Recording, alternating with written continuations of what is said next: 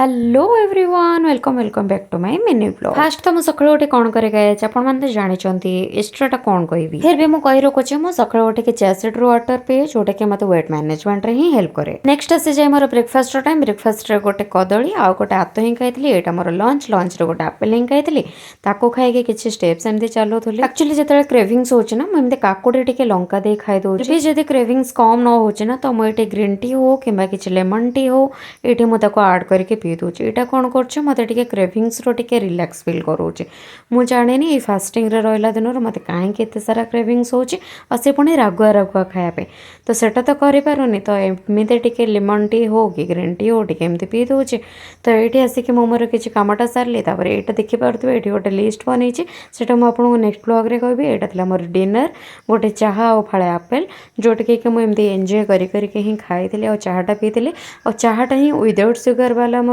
थिला मु भाभी कि सुगर इनटेक करी ना सुगर हूँ गोटे एमती जिनस आपको वेट गेन कर बहुत हेल्प करे जानते कि ना जिते पारे से सुगर टाक अवॉइड करूँ आपंप बहुत भल वेट लॉस रे बहुत हेल्प कर तो देखा नेक्स्ट गोटे ब्लॉग रे टाटा बाय बाय।